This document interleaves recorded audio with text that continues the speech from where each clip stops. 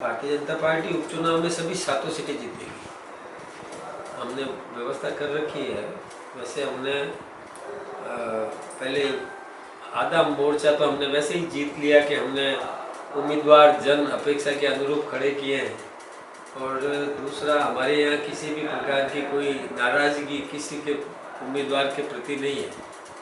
और कांग्रेस में तो बगावत है, कई जगह कांग्रेस के विद्रोही खड़े हैं।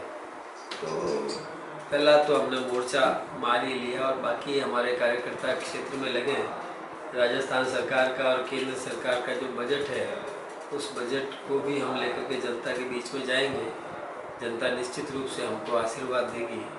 और तीसरा जो है, ये पहले विधानसभा और लोकसभा चुनाव में कांग्रेस ने जनता को भ्रमित करने का जो काम किया था कि ये संविधान को तोड़ देंगे, ये आरक्षण को समाप्त कर देंगे, तो वो भ्रम भी मिट चुका। जनता भ्रमित नहीं हो सकती। जनता समझ गई है कि बीजेपी कभी भी कोई ऐसा गलत काम नहीं करेगी और कांग्रेस हमेशा झूठे वादे झांसे देने का काम करती है, जनता के सामने है। इसलिए हमें सफलता तो निश्चित रूप से मिलेगी। देखिए, हमारी पार्टी में कोई विद्रोह नहीं है। हमारी पार्टी तो एकजुट है। और जो आपने नाम बताए वो उन पार्टियों में टूट फूट है, विद्रोह है। तो जब दुश्मन बिखरता है तो हमको तो फायदा ही है। सर, सांप्रदायिक राजनीति करती है भारतीय जनता पार्टी। अभी भी जो है एक नारा भी दे रहे हैं, बट गए तो कटेंगे। एक बात मैं आपको बताऊं, आपने कांग्रेस का चुनाव घोषणा पत्र नहीं पढ़ा। लोकसभा के चुनाव घोषणा पत्र में कांग्रेस ने पेज नंबर 9 पर स्पष्ट लिखा था कि हम बहुसंख्यकवाद को समाप्त कर देंगे। कांग्रेस ने उसी चुनाव घोषणा पत्र के पेज नंबर 9 पर लिखा था कि हम अल्पसंख्यकों को बढ़ावा देंगे। ये कांग्रेस हमेशा ऐसा करती है, समाज को तोड़ने का काम कांग्रेस करती है। हम तो, हमारे प्रधानमंत्री मोदी जी सीधा कहते हैं कि 140 करोड़ देशवासी मेरा एक परिवार है। तो बताओ आपके कौन तोड़ने का काम कर रहे हैं? हम तो एक रखते हैं, समाज को एक करने का काम कर रहे हैं। अरे एकजुट रहो, संगठित रहो, ये तो ठीक बात है ना, इसमें कोई दिक्कत की बात ही नहीं है। सर, आपने जो युवा मोर्चा की लिस्ट जो है आध घंटे के अंदर वापस ले ली। देखिए, एक हमारी एक सिस्टम है पार्टी का कि सर्वानुमति से ही काम होता है। अध्यक्ष सर्वे सर्वा नहीं होता है। अध्यक्ष अपनी टीम के साथ बैठ के राय मशविरा करके ही निर्णय करता है। तो उसमें कहीं एक आध व्यक्ति से चर्चा नहीं की, तो हमने सोचा कि सबके साथ बैठ करके और चर्चा करेंगे। हमने रोका है, निरस्त नहीं किया है। सर, अभी क्या जो है लोकसभा अपने म्यूनसिपलिटी के चुनाव, पंचायत चुनाव एक साथ होंगे दोनों ही, इसको लेकर के? नहीं, एक साथ की बात नहीं है। उन्होंने कहा कि एक स्टेट एक चुनाव, तो यानी एक साथ हो जाए, आचार संहिता बार बार नहीं लगानी पड़े। थोड़ा दिनों का फेर रहता है, ज़्यादा अंतर नहीं है, महीनों का फेर नहीं होगा। तो ऐसा करके करते हैं। म्यूनिसिपैलिटी के चुनाव, सारी म्यूनिसिपैलिटीज़ के एक साथ चुनाव हो जाएंगे और फिर पंचायत समिति, जिला परिषद के एक साथ हो जाएंगे। तो ये एक साथ ही चुनाव माना जाता है। जैसे विधानसभाओं के अभी महाराष्ट्र में एक ही दिन हो रहे हैं, ये उपचुनाव भी उनके साथ ही हो रहे हैं। ये एक ही माना जाता है। तारीखें अलग अलग।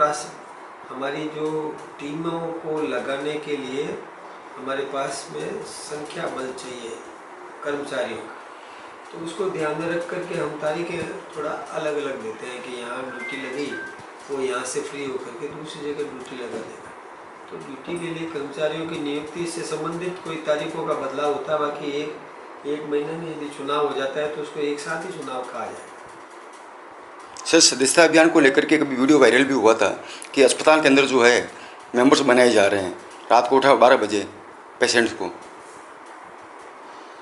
देखिए, मेंबर बनाए नहीं, हमारे यहाँ मिस्ड कॉल में मेंबर बनता है। ये जबरदस्ती उनसे OTP ली जा रही है, रात को 12 बजे बुला कर अस्पताल में। जबरदस्ती ले सकता है कैसे? OTP स्वेच्छा से देता है आदमी या जबरदस्ती OTP दे देगा अपने मोबाइल में से? ये कोई संभव है क्या? ये सब कोल कल्पित बातें हैं। किसी ने नाटक करके और ऐसी रचना तैयार की होगी हमारे यहाँ ऐसा नहीं होता है। स्वयं प्रेरित व्यक्ति मिस्ड कॉल से मेंबर बनता है और उसी में वो OTP उसी के मोबाइल में भरी जाती है। OTP लेकर के वो कोई दूसरा क्या बिगाड़ लेगा उसका, ऐसा नहीं है। मैं आपको एक बात बताऊँ, हमारे यहाँ मिस्ड कॉल से मेंबर बनता है, फिर उसमें एक पेज खुलता है और उसको फिलअप करना पड़ता है। फिलअप करने के बाद में कंफर्मेशन के लिए OTP ली जाती है। तो वो स्वेच्छा से ही होता है, वो ऐसा नहीं हो सकता कि कोई दूसरा ले ले, और ऐसी ज़रूरत नहीं है। हमारे अभी हम 80 लाख सदस्य बना चुके हैं राजस्थान में, और हिंदुस्तान में 11 करोड़ से ज़्यादा बना चुके हैं। दुनिया की सबसे बड़ी राजनीतिक पार्टी है। और एक बात और बताऊँ मैं, सिंगापुर की एक टीम आ रही है सरकारी, जो 19, 20, 21 नवंबर को हमारे राजस्थान में रहेगी। वो केवल यह पढ़ने के लिए, ये सीखने के लिए आ रही है कि दुनिया की सबसे बड़ी राजनीतिक पार्टी वो कैसे इतनी बड़ी बन गई, कैसे वो सरकार बना सकती है, कैसे वो सरकार और संगठन के बीच में समन्वय स्थापित करती है। इसको सीखने के लिए वो आ रही है। हमारे राष्ट्रीय अध्यक्ष जी ने हमें कहा कि आप 3 तारीखें फ्री रखना, मुख्यमंत्री और मुझे दोनों को कहा, भजन लाल जी को और मेरे दोनों के पास में फ़ोन भी आया, मैसेज भी आया।